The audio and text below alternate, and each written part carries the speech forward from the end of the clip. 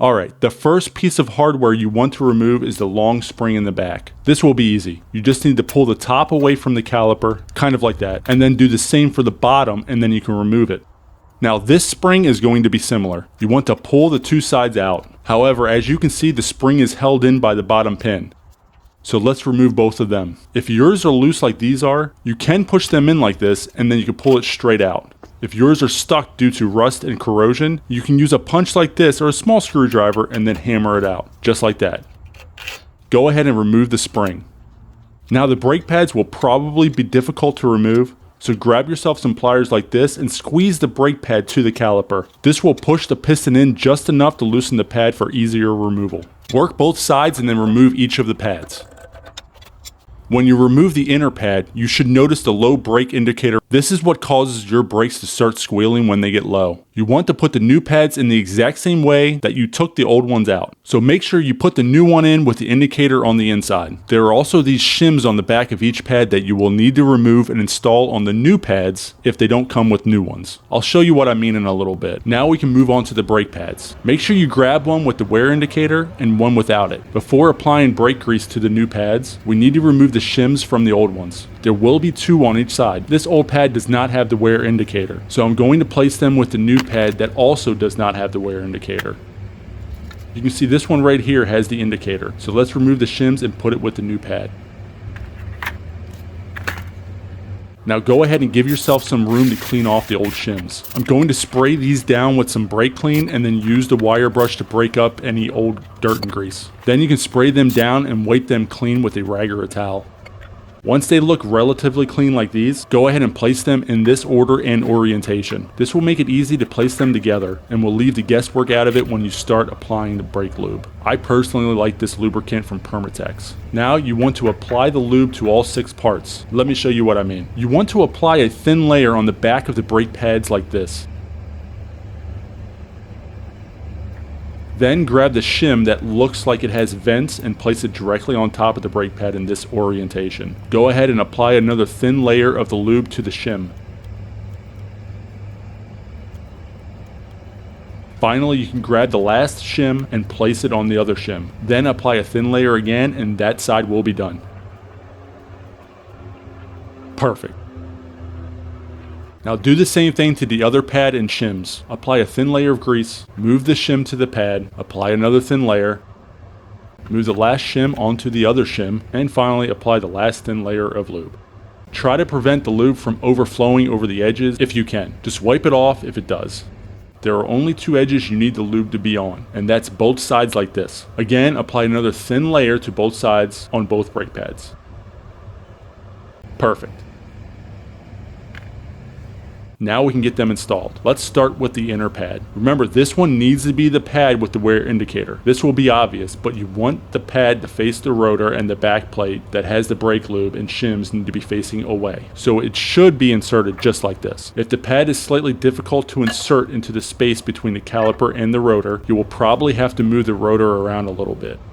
You will see the rotor move towards me right here. That created just enough of a gap to slide that pad into place. Don't slide it in too much though, or else you will have to reach around the back of the caliper and push the pad back in place. You want these 2 ears to be lined up with the holes in the caliper. That's where the pins will slide in to hold the pads in place. Now we can grab the outer pad and install it. Same thing with the inner pad. I had to wedge the pad in and then pulled back on it to get the rotor pushed back. Then it slid right into place, as you can see. And remember, the top ears, as I call them, need to be flush with the caliper so the pins can slide right through. Let's get those pins installed now. Go ahead and apply some brake lubricant to the pins before inserting them through the holes. That's probably too much, but I'll show you why it doesn't matter. Once you push the pin through, the excess will build up at the end here just like this. Oh, and if the pin doesn't slide right in, you will have to move the brake pads in and out a little bit to get the holes to line up. Go ahead and wipe the excess lube off, and then we can move on to the bottom pin. Just like the top one, apply your brake lubricant.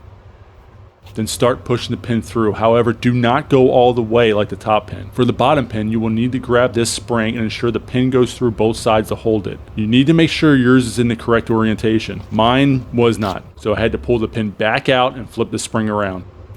You essentially want the 2 pieces that stick out on both ends to wrap under the pin and the middle triangle looking piece to be above the pin.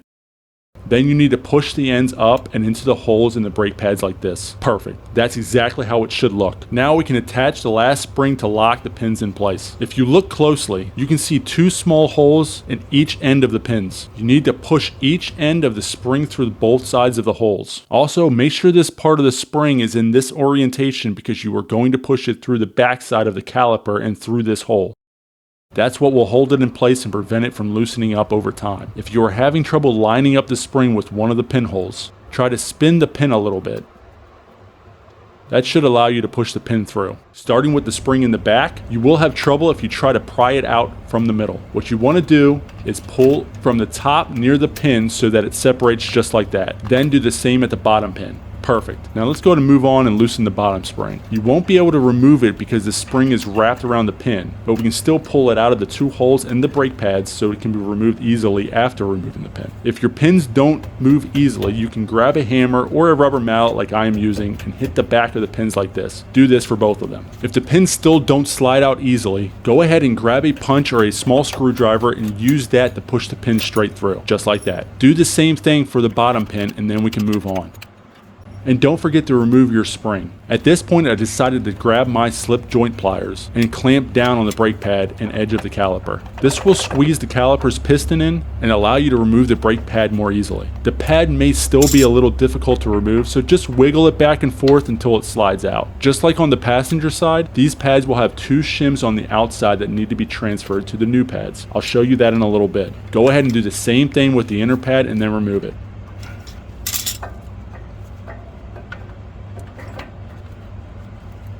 Take note that the inner pad again has the wear indicator, just like on the passenger side. Now we can move on to the new brake pads. Remember to take note which pads have the wear indicator and align them together. Then separate the shims from the old pad and place them under the new pad. Do the same thing with the other side.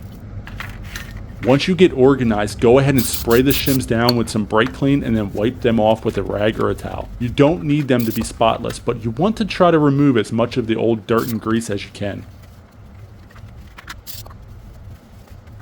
Once they are clean, let them sit for a few minutes to allow them to dry. Now we can apply our grease. You want to start by putting brake lubricant on the back of the pads, and then once you have a thin layer, go ahead and place the middle shim on the pad. Remember, the outer shim does not have those vent holes in them. Make sure you place another thin layer of brake lube on top of the middle layer. Then do the exact same thing with the outer shim.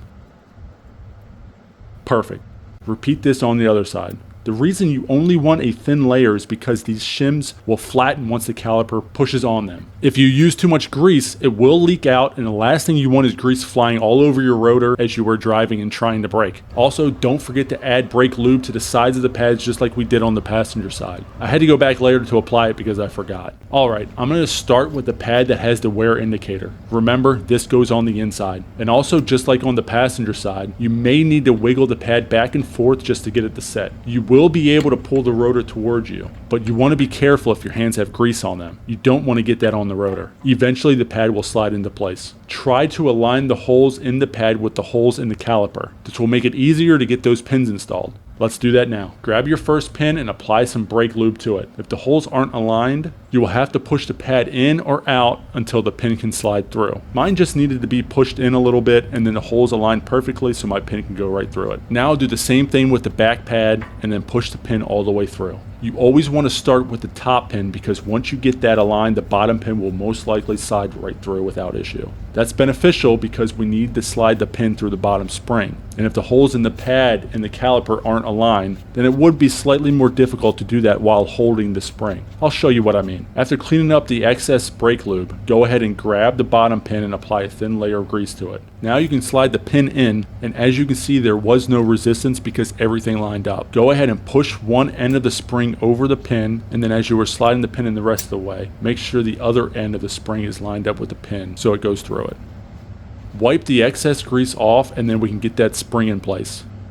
This is easy. You just need to push the ends of the spring into the holes of the brake pads, just like that. Do the same with the other side. It's important to note that the ears on the spring, I call them ears, they need to rest on the top of the brake pad like they are right here. The spring is important in pushing the pads off of the rotor just enough so they aren't touching as you are driving. Let's move on to the other spring. The pins have holes in the ends that the spring needs to slide through. Push one end in, and then the other. Then slide the middle part in through the hole of the caliper. That's all there is to it. This spring is responsible for holding the pins in place. That's all there is to it. If you found any part of this video helpful or entertaining, please give it a thumbs up. Also, if you haven't subscribed yet, hit that button as well as the notification bell so you don't miss a video from our channel. Thanks for watching, and we'll see you on the next one.